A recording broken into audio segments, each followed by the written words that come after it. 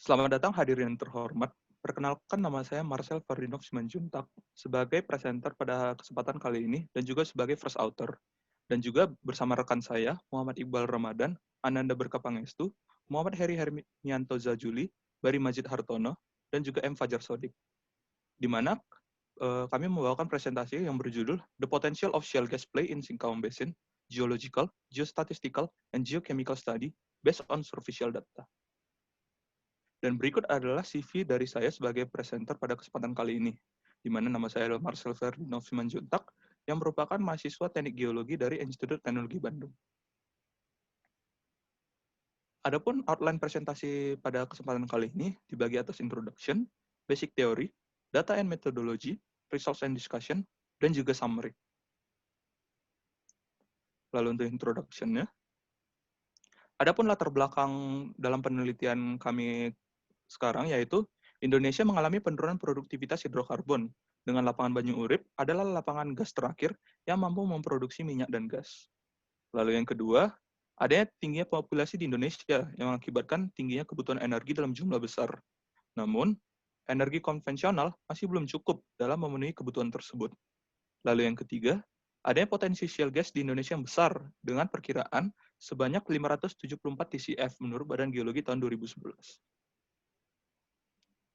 Adapun tujuan dari penelitian kami yaitu untuk mengkarakterisasi batuan induk pada formasi Pedawan di cekungan Singkawang untuk shale gas potensial sebagai sumber daya unkonvensional.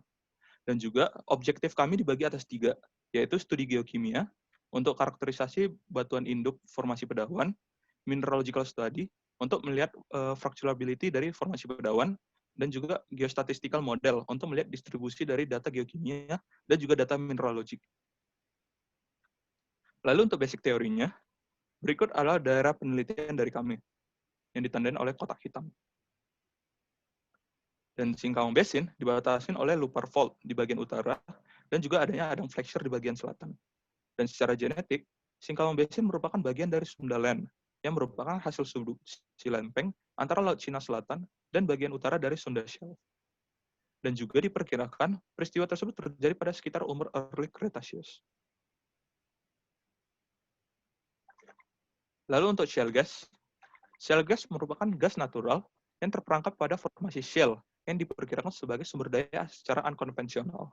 Namun, yang membedakan unkonvensional dengan konvensional, yaitu shale memiliki peran sebagai batuan induk dan juga reservoir rock sekaligus.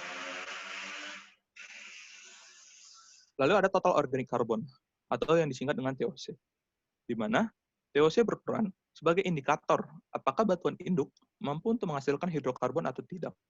Di mana pada kesempatan kali ini, kami menggunakan klasifikasi Peters dan Kasa tahun 1994 dengan parameter berupa nilai TOC.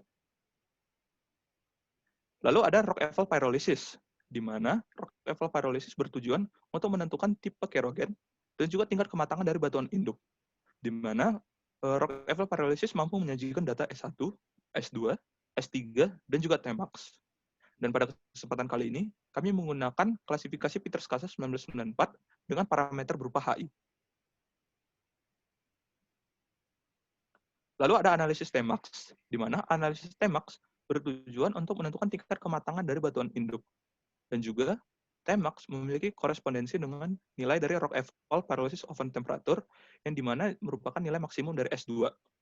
Dan pada kesempatan kali ini, kami menggunakan klasifikasi Peters-Kasa 1994 dengan parameter berupa nilai dari Tmax.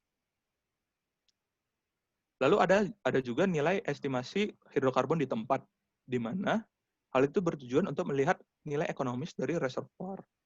Dan kami menggunakan klasifikasi WPLUS tahun 1985, dan perhitungan dapat dilihat secara berikut.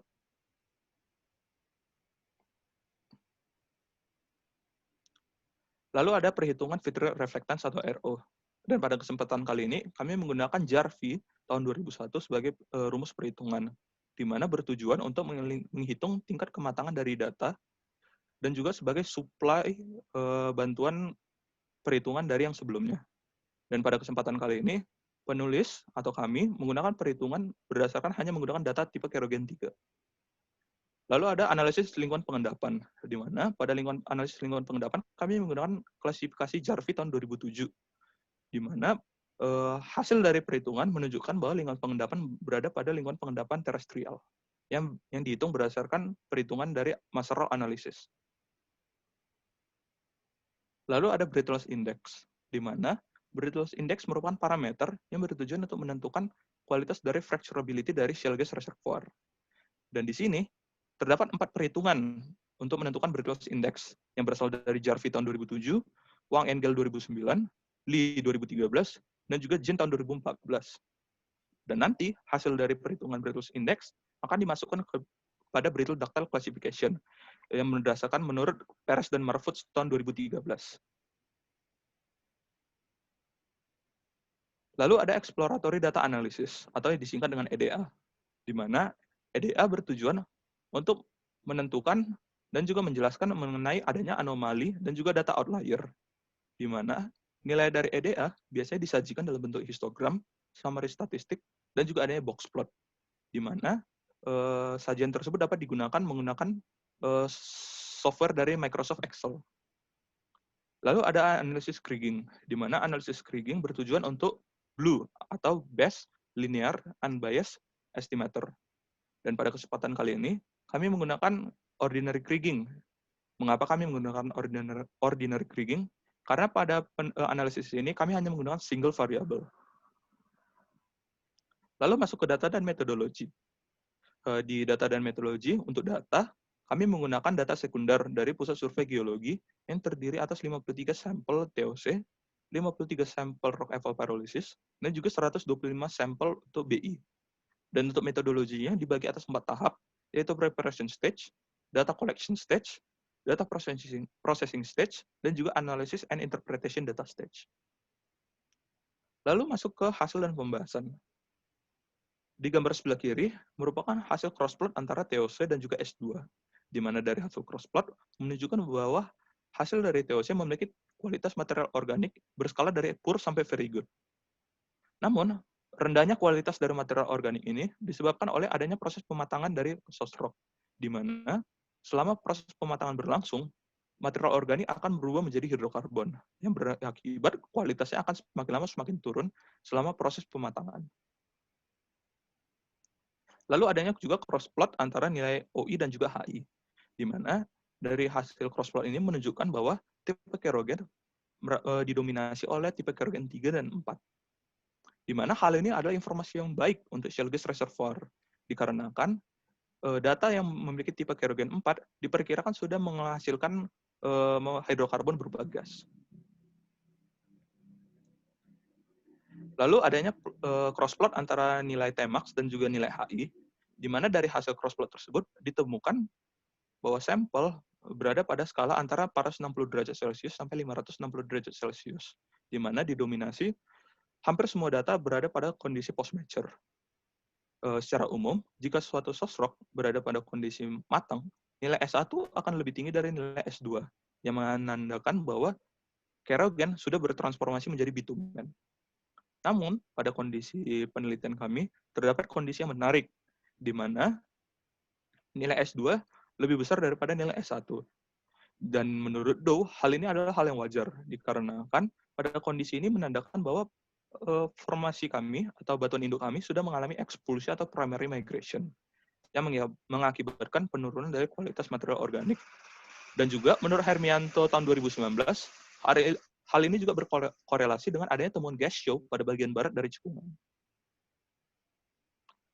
Lalu hasil dari perhitungan hidrokarbon di tempat dengan menggunakan data RO dengan skala 1,12 sampai 2,92%, ditemukan bahwa nilainya berkisar pada 3,425 sampai 23,814 BCF per cubic mile source rock. Lalu untuk depositional environment analysis-nya, berdasarkan Supriyatna tahun 1993, ditemukan bahwa lingkungan pengendapan dari Pedaun Formation berupa terestrial, dikarenakan ada temuan pollen fosil. Hal ini juga dapat disupport dengan menggunakan perhitungan dari Jarvi, di mana nilai HI0 berada pada angka 102,5, yang menandakan bahwa formasi Pedawan secara umum terbentuk atas tipe kerogen 3, di mana tipe kerogen 3 didasarkan atas lingkungan pengendapan terestrial. Lalu hasil perhitungan Brittleness Index ditemukan bahwa berdasarkan perhitungan Jin tahun 2014, ditemukan bahwa nilai dari Brittle Index berkisar pada angka 17,7 sampai 100% dengan rata-rata berupa 73%. Hal ini menandakan bahwa nilai tersebut berada pada klasifikasi less ductile sampai brittle condition, di mana dominasi dari sampel berupa dominasi kondisi brittle. Dan berdasarkan plot ternary diagram seperti kedua gambar yang di sebelah kiri ini, berdasarkan gambar yang di kanan, ditemukan bahwa litologi dari formasi pedawan terdiri atas silica dominated lithotype, clay rich siliceous lithotype, dan juga mudstone. Dan juga berdasarkan ternary diagram yang di sebelah kiri, ditemukan bahwa formasi pedawan memiliki kemiripan dengan Barnett Shale. Lalu dari hasil exploratory data analysis atau EDA, ditemukan berdasarkan summary statistik dari TOC dan BI, memiliki nilai mean, median, dan modus yang memiliki nilai yang cukup mirip. Sehingga dapat diasumsikan bahwa data tersebut berupa data distribusi normal. Dan hal ini juga dapat dibuktikan dengan hasil dari histogram dan juga box plot pada gambar yang di sebelah kiri, yang mengindikasikan bahwa data bersifat unimodal dan terdistribusi secara normal. Lalu ini ada peta distribusi dari data TOC menggunakan analisis Kriging, di mana hasilnya menunjukkan bahwa nilai TOC semakin lama akan semakin besar dari arah south menuju north, di mana hal ini mengindikasikan arah sedimentasi yang mengikuti aliran sungai Kapuas Purba. Dan berikut adalah map error dari TOC menggunakan analisis Kriging, di mana nilai error semakin lama semakin besar pada arah south dan juga arah northwest, di mana hal ini disebabkan oleh kekurangannya data sampling pada area tersebut. Lalu berikutnya adalah map distribusi dari nilai BI menggunakan analisis Kriging, di mana dari map tersebut ditunjukkan bahwa nilai BI semakin lama semakin besar pada bagian barat dari peta, di mana menurut kami hal ini disebabkan oleh adanya suplai mineral dari gunung-gunung yang berada di sekitar, seperti salah satu contohnya adalah Gunung Swanner. Dan ini adalah map error dari BI, atau Brittle Index menggunakan Kriging Analysis, di mana nilai error semakin lama semakin besar dengan arah northeast dan southwest. Hal ini disebabkan oleh kekurangannya data sampling di area tersebut. Lalu untuk kesimpulannya, formasi pedawan terdiri atas shale, claystone, siltstone, sandstone, dan juga slate, di mana formasi ini terendapkan pada lingkungan pengendapan darat dengan umur pre-tersier. Formasi pedawan memiliki tingkat kualitas material organik dari poor sampai very good dengan skala 0,03 sampai 2,29%, di mana formasi pedawan juga didominasi oleh tipe kerogen 3 dan 4 yang mengindikasikan bahwa formasi merupakan mainly gas prone. Dan juga batuan induk di formasi pedawan memiliki tingkat kematangan dengan skala post-mature condition. Untuk nilai dari Brittle Index formasi pedawan memiliki nilai antara 17% sampai 100% dengan rata-rata nilai berupa 73%, yang mengindikasikan bahwa batuan induk tersebut berada pada klasifikasi less ductile sampai brittle condition. Lalu perhitungan estimasi hidrokarbon di tempat menunjukkan bahwa volume dari shale gas berkisar pada angka 3,425 sampai 23,814 billion cubic feet gas per cubic mile, yang mengindikasikan bahwa formasi pedawan bersifat potensi untuk menjadikan sebuah lapangan gas. Analisis geostatistik menggunakan data TOC mengindikasikan adanya pengendapan dengan arah north-south yang mengindikasikan adanya arah sedimentasi yang mengikuti arah aliran sungai Kapuas Purba. Dan juga analisis geostatistik menggunakan data BI menunjukkan zona dengan nilai BI yang semakin tinggi di arah barat yang disebabkan oleh adanya suplai mineralogi dari gunung-gunung yang ada di sekitarnya. Lalu overall-nya, potensi shale gas di Singkawang Basin menunjukkan bahwa batuan induk dari formasi pedawan bersifat potensi sebagai sumber daya unkonvensional dalam pemenuhan kebutuhan energi di Indonesia. Berikut adalah referensi yang kami gunakan selama penelitian. Dan akhir kata, mohon maaf jika terdapat kesalahan dalam penuturan selama presentasi. Saya ucapkan mohon maaf dan saya ucapkan terima kasih.